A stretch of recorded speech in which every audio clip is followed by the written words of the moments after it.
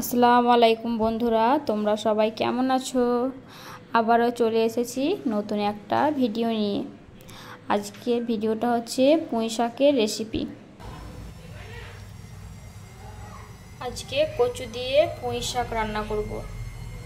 এখানে আমি কচুগুলো আর পুঁই শাকটা ভালো করে ধুয়ে রেখে দিয়েছি।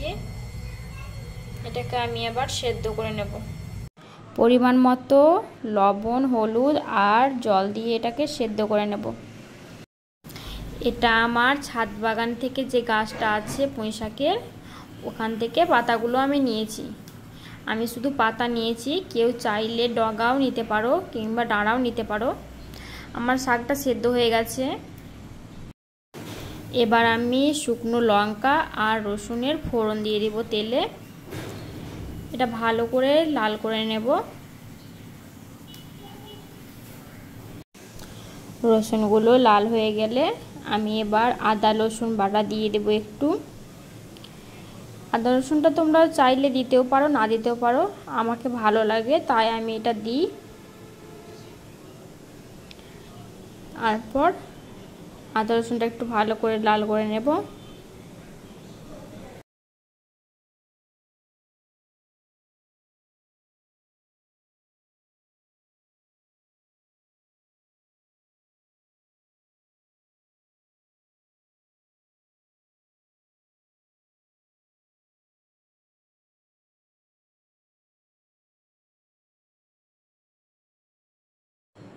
ফোড়নের মধ্যে এবার শাকটা দিয়ে দেব।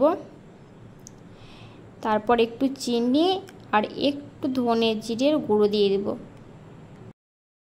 তারপর একটু নেড়ে চেড়ে নামিয়ে নেব। মাশাআল্লাহ, খেতে অনেক সুস্বাদু হবে। ভিডিওটি ভালো লেগে থাকলে একটা লাইক দিয়ে কমেন্ট করে জানাবে কেমন হয়েছে।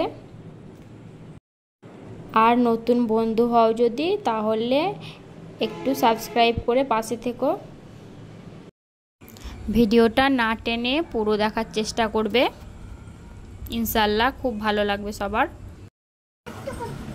কচু আর পুঁই শাকের এই রেসিপিটা খুব একটা সহজ রেসিপি, ছোট বড় সবাই বানাতে পারবে।